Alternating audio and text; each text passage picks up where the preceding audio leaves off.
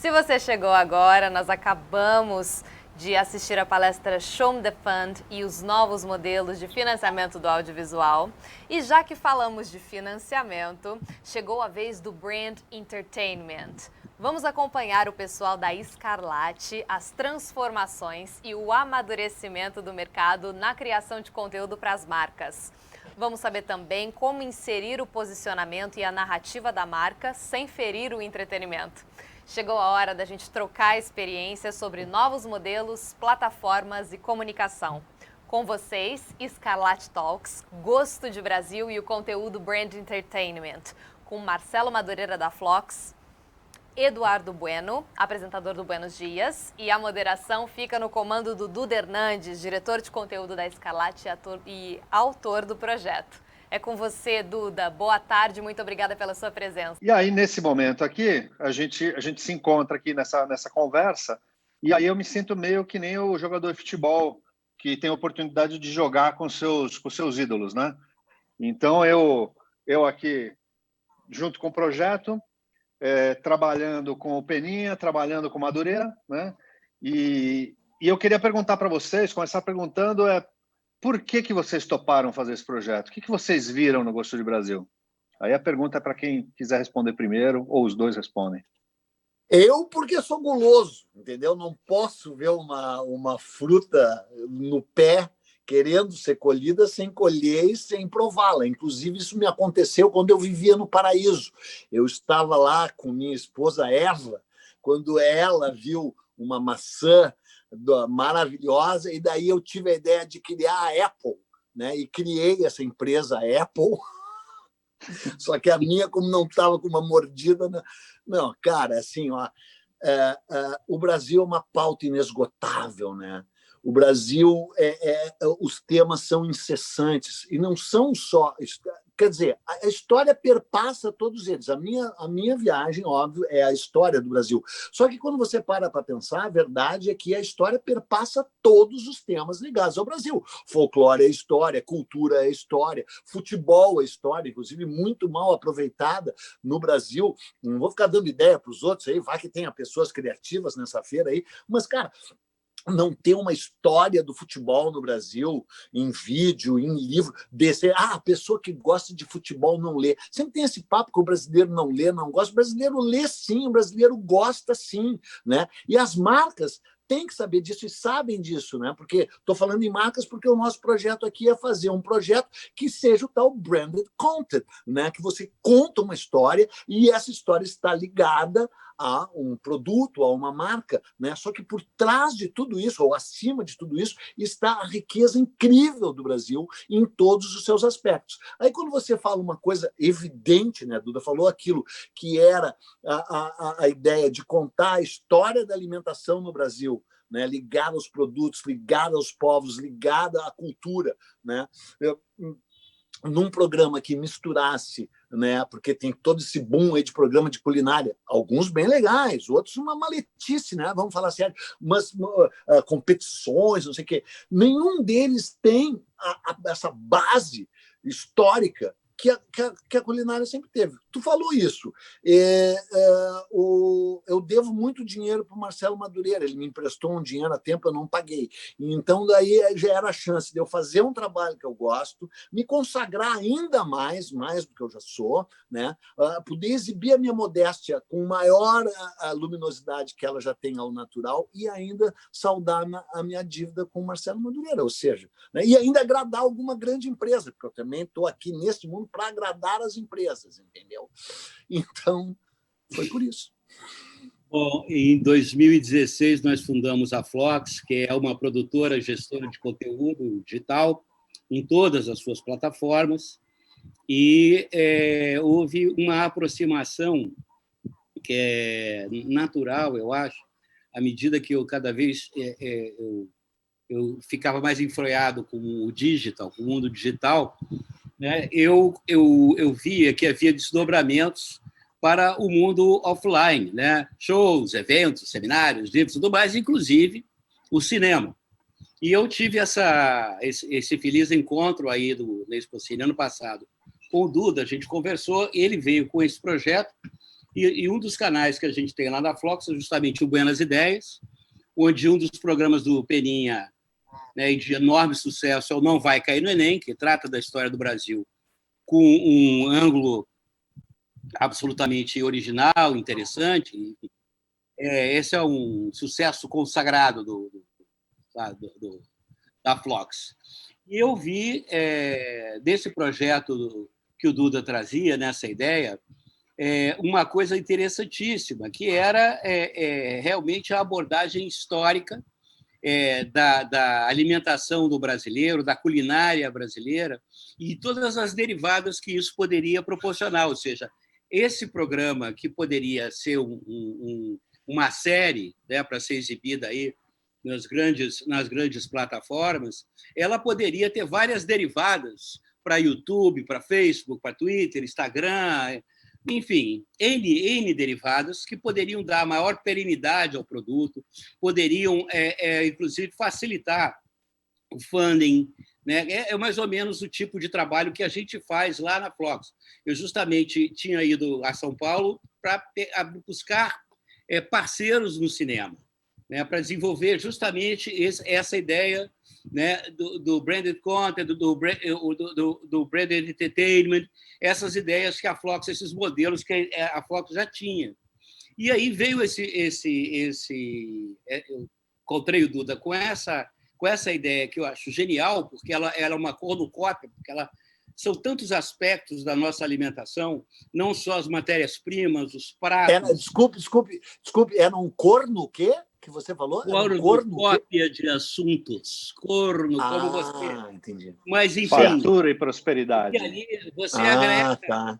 Você Nada agrega a ver com corno. o pessoal do agribusiness, né? O pessoal moderno do agribusiness, diga-se de passagem, até o pessoal que fabrica appliances, né? Que fabrica equipamentos, produtos de consumo final, enfim. Abre um espectro muito grande para você ter funding, né? E, ao mesmo tempo, você dá para aquele produto, potencializa, até pereniza ele mais fácil, né? A nossa ideia, realmente, é coroar tudo com uma belíssima série, né, a ser exibida numa grande plataforma, né, on demand, mas, ao mesmo tempo, ela continua existindo, né, nas plataformas digitais. Essa que é a ideia. Depois a gente pode desenvolver um pouco mais sobre a questão do branding entertainment e do branded content, que vem hoje, acho que elas vêm a calhar para colaborar, inclusive, com a liberdade de criação da obra artística, da obra de audiovisual. Isso aí é uma coisa que eu gostaria de explicar mais à frente com mais detalhes. Foi respondido? Deixa eu aproveitar. Foi. Acho que, na verdade, acho que essa pergunta a gente vai falar dela o tempo todo. A tua sacada do gosto e gosto é que eu acho que vem muito a propósito. Gosto e gosto. Eu nunca tinha percebido, cara. É mesmo, tem um jogo de palavras aí. Gosto de Brasil e gosto de Brasil. Cara, que sacada. Então, eu preciso dizer que eu estou fora do projeto, porque eu não gosto do Brasil. Então, o gosto do Brasil é bom, mas eu, particularmente, não gosto do Brasil. Pelo menos não de momento. Não no atual. Mas não era para falar isso, né? Então, mas que tá, tem essa questão, né? Eu acho que é interessante isso quando a gente fala do gosto de Brasil e gosto de Brasil, na proposta, né? Porque quando a gente fala que a ideia é fazer brand entertainment, na verdade, a coisa deveria vir, a expressão deveria vir ao contrário. É entertainment de brand, entretenimento de marca, né? Eu acho que as marcas hoje elas dispõem de um arsenal novo de ferramentas, né, e no digital para poder atingir os seus consumidores, mas o trabalho é muito feito em cima da performance, né?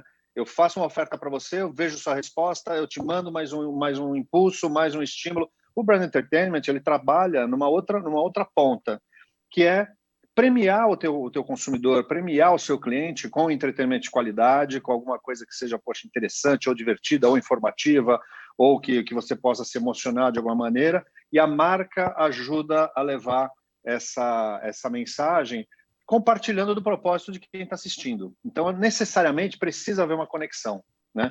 E aí a gente falou muito sobre essa história do gosto de Brasil e gosto de Brasil, né? Que é sobre... As pessoas amam o Brasil, tirando o Peninha, que ele gosta também. Ele está falando isso porque ele está bravo agora. Mas a autoestima brasileira, ela anda meio por baixo, né? A gente, com essa série, vocês acham que a gente pode... Vocês acreditam que a gente pode trazer os melhores aspectos do Brasil, né? Fazendo entretenimento com propósito. Acho que é um pouco isso, né? Claro, pode falar, totalmente. que na verdade tudo isso que eu falei é o Madureira que me disse. Não, cara, assim, ó, tá caindo de maduro, né? Assim, as coisas migraram para o digital, né? Pro YouTube, pro Facebook, pro Instagram, e pá, né? Eu tenho um canal, graças a Deus, de muito sucesso, quem a ideia de criá-lo foi do Marcelo Madureira. Eu sabia, sério, agora sem piada, eu sabia que ia ser um sucesso, sério, porque eu já tinha todo um público ligado ao meu trabalho de história e eu sou desse jeito, assim, naturalmente comunicativo, expansivo. Então eu sabia que indo para as redes ia resultar nisso, porque tinha o interesse da história e tinha o meu jeito de ser. Mas eu era meio refratário por causa dessas complexidades aí das redes, sabe como é, né? Rede. Tá, daí entrei, estou bem feliz, tal. Aí o que acontece agora com o meu canal é um sucesso? Você está vendo o canal e aí, de repente, entra um anúncio. Plim! Sabe? Cara, é um anúncio, muitas vezes, um anúncio corta-onda. E não tem por que ser um anúncio corta-onda. Ao contrário, tinha que ser um anúncio pensado, que enquanto você está vendo uma coisa, entra um anúncio que te acrescenta, que você gosta de ver, que não te corta. Né? Você é publicitário, Duda, sabe o quanto as grandes publicidades se introjetaram no imaginário brasileiro, como o Brasil, inclusive, projetou a sua ideia mundial de nação através dos grandes publicitários ali dos anos 70, 80, 90, quantos leões, o zoológico de leões em Cannes que o Brasil obteve com grandes propagandas, né? E agora, não quem não as haja ainda, óbvio que ainda tem, mas cada vez menos, né? E ainda não parecem ter encontrado a fórmula ideal de penetrar no mundo digital. E nós, graciosamente, com a nossa generosidade, com a nossa luminosidade, com a nossa inteligência, com a nossa dignidade, com a nossa decência e, acima de tudo, com a nossa modéstia, nós estamos aqui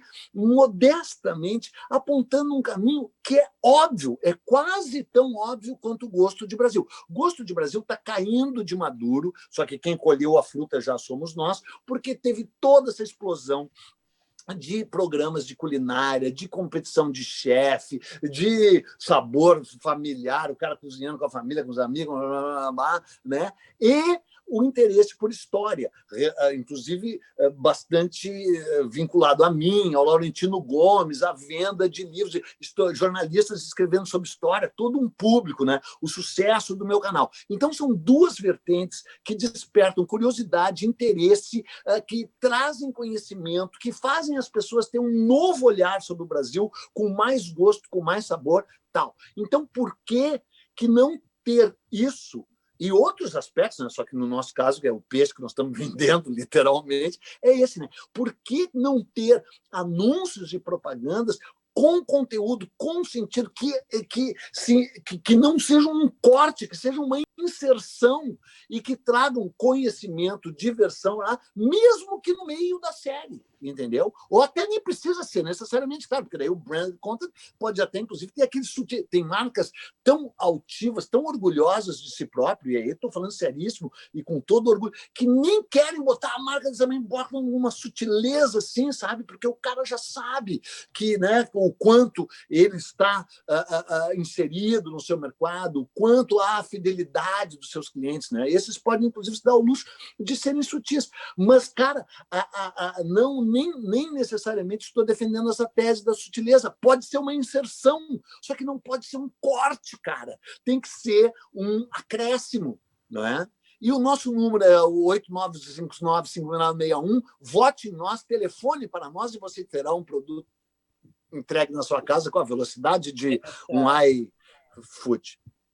A Scarlatti e a Phlox vêm, na verdade, aqui trazer um modelo de negócio, né, que o nosso primeira grande realização é justamente o Gosto de Brasil.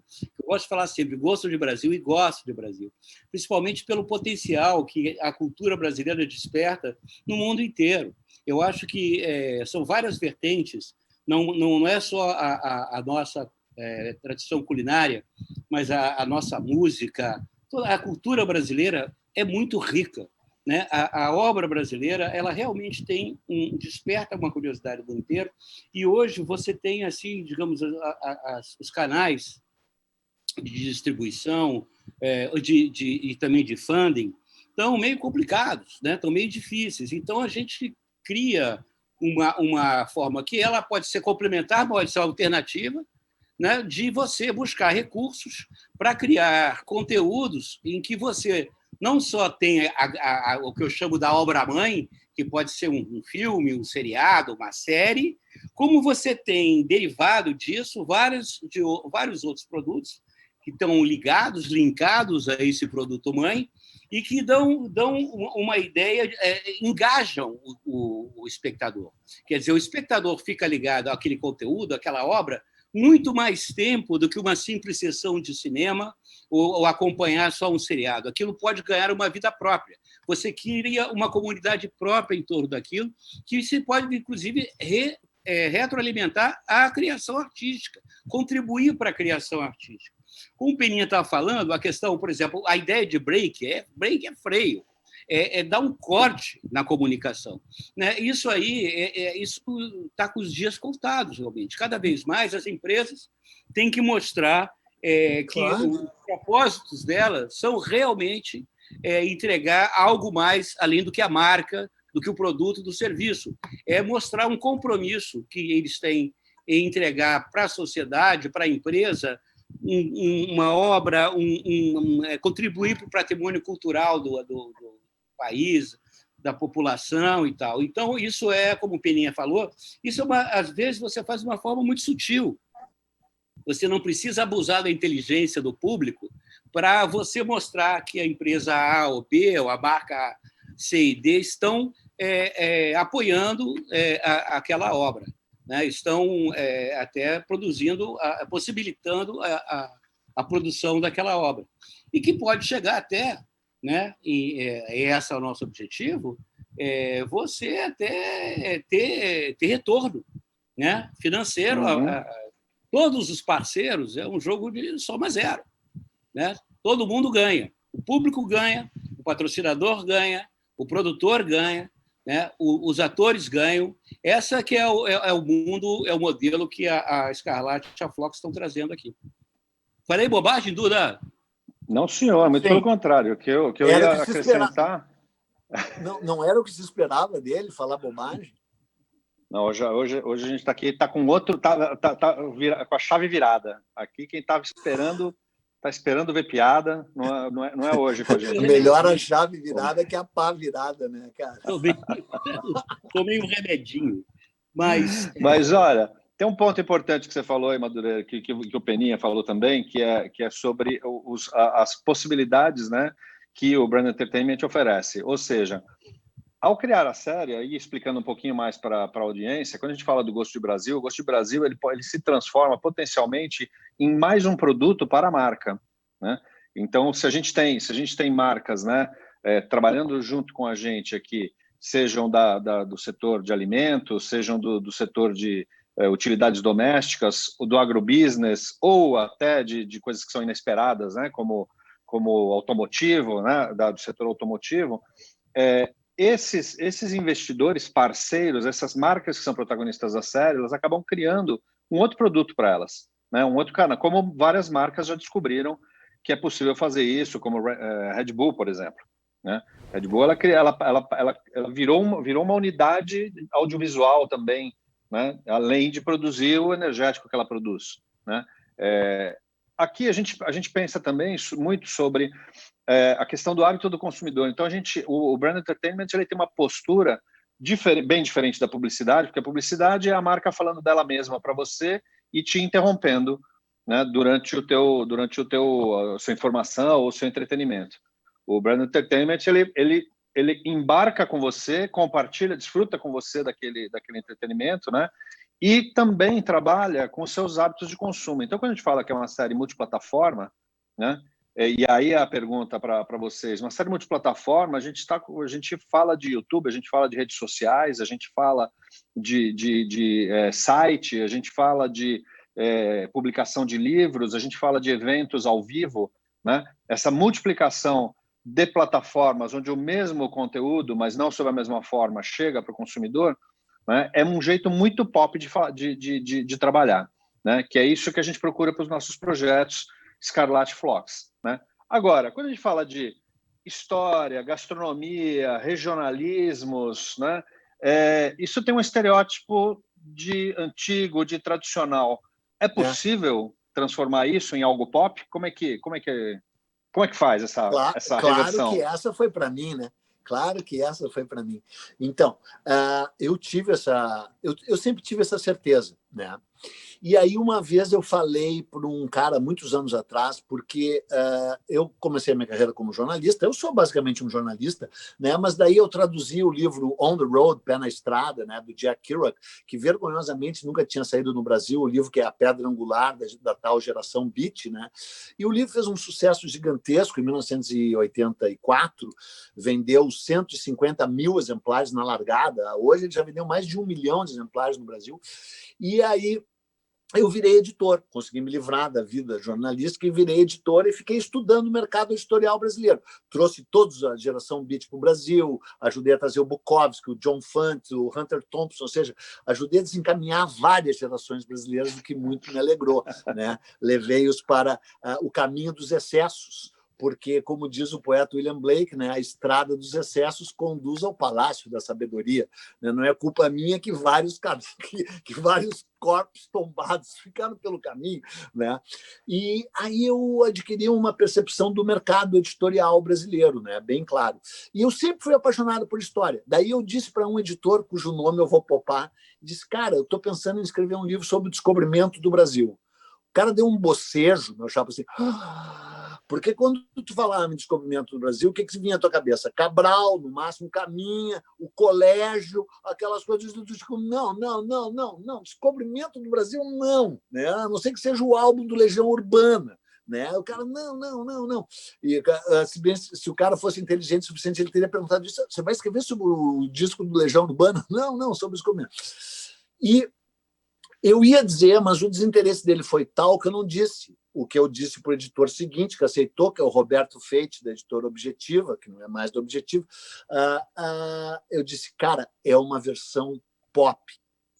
Ele disse, o que você quer dizer com versão pop? Eu disse que é uma versão que liberta a escola, a história da sala de aula, daquele discurso, e, ao mesmo tempo, não mergulha, e até, no caso, se aprofunda na história acadêmica, na historiografia. A historiografia brasileira é ótima, né? Tem várias coisas, se bem que do descobrimento em si é meio tediosa.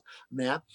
Cara, quem são essas pessoas? E aí, olha só, o que elas comiam? Né? O que o Cabral comia, o que as pessoas comiam a bordo, né? Transavam, não transavam, como é que fazia cocô, como é que fazia xixi a bordo das caravelas e das naus, verdade, não tinha banheiro, né? Né? E o seguinte, quanto ganhavam? Qual era o dinheiro? Sempre foi o dinheiro que moveu a roda da história. Quem é que pagou a viagem do Cabral? O Cabral fez de graça ou ganhou alguma coisa? O Cabral ganhou 4 quilos de ouro, né, meu chapa? Quem era o Cabral? Tinha 1,90 m de altura na época que a altura média do português era 1,65 m. Transava, não transava? Tal. Transava muito, né? Inclusive deu o golpe, aqui chama de braguetaço, o golpe do baú, né? Transou lá com uma mulher que era neta de reis por parte de pai e por lado paterno e lado materno. Neta de reis de Portugal e neta de reis de Espanha. riquíssima, e ele ascendeu socialmente e tal. E aí contei isso com um texto jornalístico, com um viés jornalístico, com o tal molho jornalístico, né? E com uma certa deboche, uma ironia, tá lá, e um viés que aí, por falta de outra palavra, nem fui eu que chamei assim, mas acabou virando pop, que eu adorei, porque a minha vida sempre foi ligada ao pop, a pop music, a cultura pop, papapá. E você sabe, pop vem de popular. Esse livro vendeu 450 mil exemplares, portanto, ele é um livro popular, ele é um livro pop. Então, eu aceitei a denominação, inclusive como um dístico de orgulho, como uma condecoração, porque eu sempre fui pop, né? E aí a coleção foi indo adiante, virou uma coleção, depois eu escrevi um livro sobre a história do Brasil como um todo. Na verdade, já tinha escrito um livro sobre a história do Brasil antes, que eram fascículos na Folha de São Paulo, na Zero Hora, e no Jornal Extra, sabe? A história do Brasil em fascículos, era um folhetim, que já tinha essa pegada também, folhetinesca, pop, né? Fingindo assim fingindo que nem era que tinha leveza e que era relativamente superficial. Alguns tolos, inclusive, me acusaram de superficialidade, e nunca houve superficialidade na minha obra, porque ela sempre foi uma obra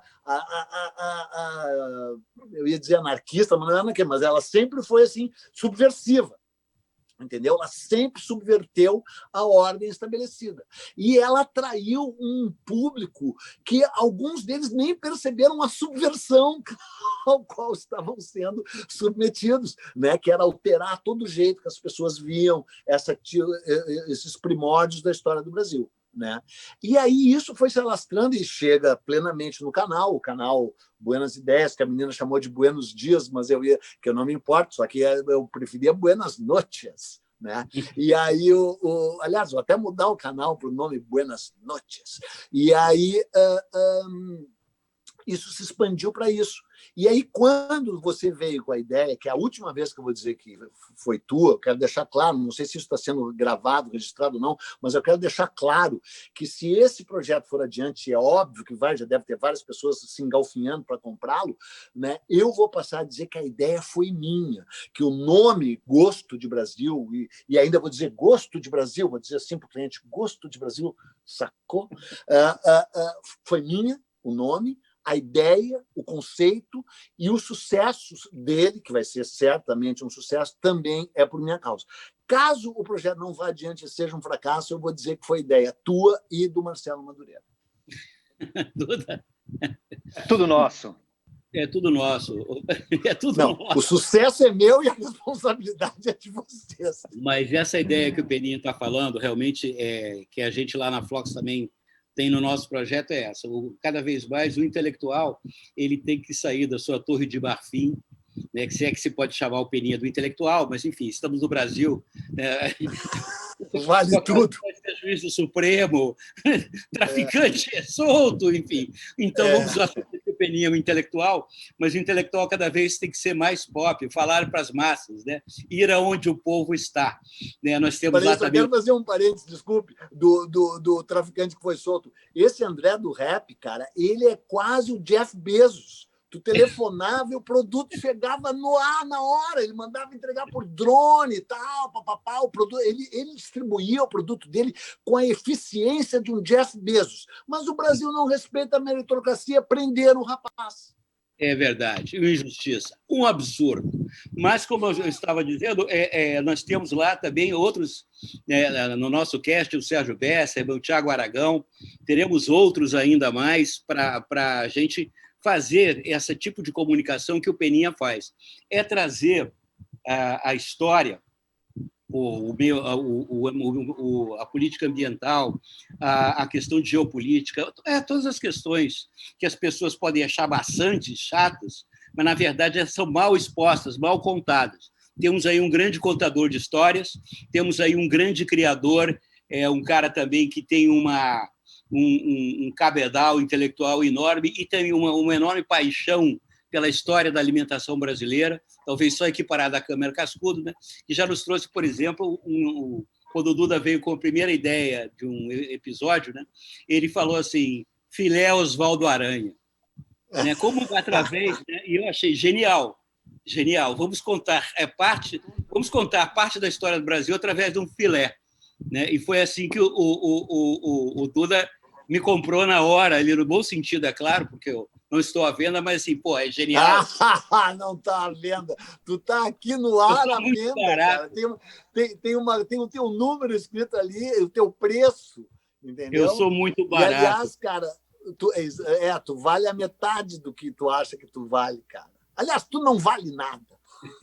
Mas, o Duda, essa questão, né, de você, essa abordagem, você também sempre teve. Agora parece que eu sou mediador agora, mas depois eu vi que você foi sempre um cara também muito ligado à questão gastronomia para mim é uma coisa, culinária é outra. Eu gosto de culinária, e culinária está ligada à cultura, né? Nada contra a gastronomia, mas a culinária que é de raiz, né? A culinária que está ligada ao nosso povo. Essa tua eu vim a conhecer depois, né? Essa tua proximidade, isso aí só facilitou, né? A gente trabalhar junto no projeto. Não, eu acho que trouxe essa sinergia, essa empatia ou essa simpatia pelo tema. Por quê? Porque quando eu comecei falando que eu estou tendo o prazer de jogar com os meus ídolos, é porque assim, eu sempre fui leitor do Peninha, todos esses livros aí que ele lançou, eu comprei na primeira edição, né? Então eu sempre tive interesse e acho que ele é um dos caras responsáveis por despertar em mim essa busca pela outra história, que não é a história do currículo formal, né? E que aborrece as pessoas. Então, assim, eu sempre fui um amante de história. Eu fui vestibulando de história, acabei fazendo comunicação, né? Mas a questão dos alimentos, e acho que o grande ponto é esse, né? A batata, durante a peste e a Idade Média, salvou a Europa de uma fome assoladora, e a batata veio da América. Ou seja, os ingredientes, né, eles têm um poder, eles têm uma força motriz, né, uma força motora da história que a gente ignora, porque a gente acha que, né, o Cabral foi lá, subiu na caravela, veio para cá, e as coisas não funcionam assim, né? Isso é a forma que está registrada, como você falou, como que você expõe a história. Então, ao pensar assim, nós brasileiros, né, que temos características muito marcantes, que somos o povo que somos agora, depois de 500 anos, nós fomos moldados pelo que nós comemos, né? E muitas das coisas que nós comemos e temos como autênticas para a gente, como, por exemplo, a descoberta de que a banana não é do Brasil, né? Que a batata não é do Brasil, né? E eu comecei a me debrucei um pouco sobre essa pesquisa. Né? O coco não é do Brasil. O coco não é, né? Então nós somos sim, né? Condensado é brasileiro? Ninguém sabe do coco, mas com certeza não é brasileiro, né? O coco provavelmente é lá do sudoeste da Ásia. O coco asiático veio boiando no oceano, né? Até chegar aqui, mas o coco o coqueiro é um dos símbolos é o símbolo do Nordeste, do nosso Nordeste. Né? Então esse cruzamento, né? Então também esclarecendo um pouco para a audiência. Olha, eu tenho uma bomba. Que a gente busca. Parece que eu tenho uma bomba, uma revelação. Desculpe te interromper, mas é que é uma bomba. O churrasco também não é gaúcho. Não tinha boi nesse lugar aqui. Nem boi bombeiro, nem boi incendiário. Parece que tinha umas vacas de 2 patas. Mas tudo bem, isso é outra coisa. Essa coisa da formação dos povos, né? A formação das nações, das pessoas, do que a gente vive hoje, ela vem necessariamente da comida, né? E quando a gente fala, é o que você diz, né? Culinária, a gastronomia, a complicação da gastronomia não tem a ver com a gente, é uma coisa quase que antinatural. Agora, o envolvimento com a culinária, com a história das receitas pessoais, né? Familiares, o que você cresceu comendo, tudo isso molda quem você é, molda a gente como povo, né? E aí agora eu devolvo a pergunta, né? Quando a gente fala de tudo isso, vocês veem que assim as marcas são bem-vindas nesse tipo de conversa, porque as marcas precisam se desacostumar, né? E muitas já passaram por estágio de comprar audiência pelo break do comercial e sim se associar à sua audiência, né? E se juntar às pessoas que pensam como elas e consomem o seu produto, né? Com esse tipo de assunto, As marcas são bem-vindas nessa narrativa? Como é que vocês enxergam isso? Claro que são, na medida em que você, de certa forma, a gente está tendo que recriar a indústria cultural brasileira. Por força das circunstâncias, né, você está tendo que... E eu observando, Duda, o que está surgindo um novo empreendedorismo cultural, né? Uma nova forma de fazer cultura, e, ao mesmo tempo, que as formas tradicionais estão procurando se adaptar ou se reinventar dentro dessa nossa nova conjuntura aí, que eu acho que, em alguns aspectos, veio para ficar. Né? Então, esse empreendedorismo cultural ele vem encontrar no meio digital uma forma de você juntar a questão tecnológica, né? Que aí você consegue digamos assim, uma divulgação e uma audiência muito maior daquilo que você faz, a um custo muito mais baixo, e você realmente atrai a marca, porque a ideia, realmente, como você já disse, o Peninha mesmo já disse, a marca ela vem somar ao conteúdo. Ela não aparece como um objeto estranho ao conteúdo. Né? Ela não aparece, o que eu chamo do merchandising cretino, né? Que você coloca dentro do roteiro e fica aquilo ali, aquela lombada, né? No meio da narrativa. Lombada quadrada. Fica aparecendo coisas que as pessoas querem vender atrás delas, assim. Eu acho um Exatamente. absurdo, sabe? Coisas que as pessoas querem vender, ficar aparecendo atrás, assim. Mesmo que sutilmente, mesmo que ninguém aponte para o produto. No ambiente digital, isso ofende o público, né? E você, em vez de você criar uma aproximação à marca, você cria um distanciamento. Agora, é evidente também que, nesse processo de criação, o criador e a marca têm que trabalhar de uma forma muito mais, digamos, coordenada, de uma forma que não haja uma agressão por parte da marca ao produto cultural e vice-versa, para que o produto cultural também não venha a fazer seja prejudicial à marca. E isso talvez seja uma coisa nova, né, dentro desse processo.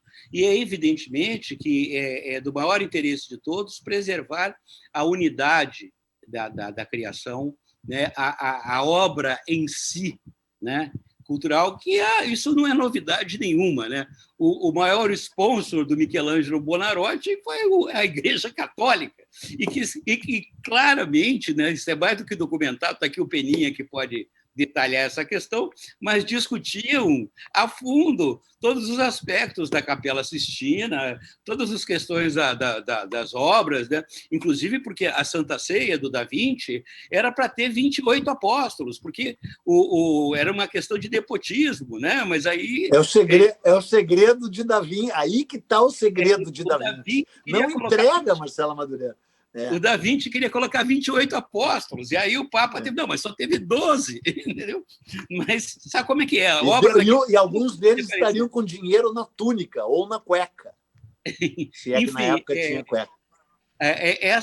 Essa nova fronteira de debate cultural entre, digamos assim, a marca, né? Ou pode ser mesmo o mecenas, né? E o criador, é mais uma coisa interessante aí que o cotidiano tá nos colocando. Tanto a Scarlatti lá com a sua titular, a Joana Henning, né, quanto aqui nós da Flox, Duda, Peninha, não estamos dispostos, nós já estamos enfrentando essa questão e tem sido bastante proveitoso essa conversa. Conversar com o Marcos. E é o seguinte, tem que ficar claro, né? Sério, sem proselitismo, sem blá, blá, blá, é a real. O mundo mudou e vai continuar mudando e é irreversível mudando. O mundo sempre mudou e sempre está mudando, é óbvio. O Bob Dylan tem aquela música The Times They Are Changing, que as pessoas acham genial, e é genial, como tudo que o Bob Dylan fez. Ela foi feita em 63 e óbvio que ele pode cantá-la até hoje, né? Porque ele não foi estúpido ao ponto de pegar coisas que estão mudando e que depois de mudadas, né? Não, elas estão sempre mudando. Mas, então, Black Lives Matter, o poder das mulheres, feminismo, a sustentabilidade, o fim de veneno na comida, entendeu? Então, nesse sentido, é que quando eu falei, eu não gosto do Brasil, é óbvio que eu amo o Brasil, né? Estou no Brasil, e fora que um dos países que eu mais amo é aqui do lado, o Uruguai, e já houve momentos em que pensei em me mudar para o Uruguai, mesmo por uma série de coisas, sabe? Eu sempre tive essa ligação com esse lance platino, mas por que eu fico no Brasil? Claro que por uma série de conjunturas pessoais, meus netos moram aqui, minhas filhas moram aqui, se eu fosse embora não poderia levá-los, mas porque eu acredito no Brasil, né? E aí, nesse sentido, que a crítica a esse atual governo, né, é muito mais do que meramente uma crítica política ou nessa polarização estúpida que está fazendo muito mal para o Brasil de esquerda ou de direita. A questão não é de esquerda ou de direita, é se vai para cima ou se vai para baixo. E nesse governo, especificamente, há muita coisa indo para baixo. O ataque à cultura, o ataque à ciência, o ataque às artes, né? E a aposta num tipo de agrobusiness que nem o próprio agrobusiness moderno brasileiro aceita e que não quer ser grudado a essa pecha que se tornou internacional. Não interessa ao agrobusiness brasileiro, até porque, na sua vanguarda, ele escapa disso, ser vítima de cancela Bolsonaro, não compra produtos brasileiros, né? Porque isso é um aspecto que existe, é efetivo, mas é um aspecto que tem que ser combatido. E o próprio agrobusiness moderno brasileiro, uma das coisas de ponta, inclusive em tecnologia brasileira, não quer esse vínculo, né? Porque a produtividade e a sustentabilidade podem caminhar juntos. Esse modelo de ocupação da Amazônia e do Pantanal, ele não é apenas nefasto, ele é nefasto e incompetente, porque ele podia ser nefasto para o meio ambiente, mas eficiente economicamente, e não é. Ele é retrógrado economicamente também, quando já está comprovado pela Nova Zelândia, pela Austrália, por milhões de outros países e pela própria Argentina, que o modelo agropastoril é possível, mas ele tem que estar diretamente ligado à tecnologia, e essa tecnologia vinculada à sustentabilidade, ao Acordo de Paris, às mudanças climáticas. Exatamente. Então, a gente está aqui oferecendo esse produto e quer oferecer esse produto, e estamos aqui mesmo à venda, mas não é a venda para todo mundo, não é mesmo. Até porque esses que são os que estão fazendo as coisas erradas nem vão nos querer, porque as pessoas percebem que aqui há dignidade, decência, conteúdo, entendeu? Posicionamento, né? E há marcas assim no Brasil que eu vou esse era o recado final que eu ia até pedir para você passar. Nome. Né? Mãe Terra, Natura, Boticário, um monte de empresas que aposta na luta contra a desigualdade, na igualdade entre sexos, no LGBT, no que for do mundo que vai ser e que já é. Né? Então, não é da nossa parte proselitismo fazer isso, é só porque a gente realmente acredita nisso. E aí talvez haja alguém, sei lá, vendo, não sei quantas pessoas estão vendo, e pode olhar assim e dizer, mas esse Marcelo Madureira, o Marcelo Madureira faz parte do grupo Caceta e Planeta, que rompeu com os limites do humor no Brasil por uma transformação extraordinária. E se tu não sabe distinguir entre deboche e ironia e deboche, é que lastimavelmente o Brasil ainda é, em certos aspectos, um país que tu tem que explicar a ironia. Tu tem que fazer a piada e dizer, era piada. Né? Precisa fazer a explicação. Aqui, a gente já meio que estourou o nosso tempo, mas esse era exatamente o encerramento, né? A mensagem de encerramento que eu queria que você passasse, porque a gente está do lado da modernização e da construção. Então, a gente quer fazer essa construção, a gente quer criar novos formatos de disseminação da cultura, de democratização disso, e essa mesa aqui tem pouco tempo para a gente falar sobre muito assunto. Então, eu já queria agradecer a Expocine, a quem assistiu a gente até aqui, e estender o convite que nós estamos à disposição para a gente seguir essa conversa fora daqui, porque a gente tem muito para falar desse assunto e estamos desenvolvendo novos projetos nesse sentido. Então... Eu, de minha parte, queria encerrar dizendo que todo homem tem seu preço e eu estou em promoção. Também agradecer a todos que nos assistiram e a Expocine, e lembrar que a gente vai deixar o link com o nosso material promocional, o nosso promo, É verdade. para as Uhum. pessoas poderem dar uma olhadinha com mais concisão do que aquilo que a gente conversou. Foi um prazer estar Perfeitamente. com vocês aqui, dividir este microfone. A gente tem no chat, no chat a gente tem o link com a promo do Gosto de Brasil e logo, logo a gente manda mais notícias para vocês. Obrigado e um grande abraço. Para mim foi um prazer de estar em minha companhia. Você se ama. O Peninha Verdade. se ama. E sou É correspondido. É E correspondido. sou correspondido, exatamente. Tchau. Valeu, pessoal. Tchau, Abraço. gente. Até mais.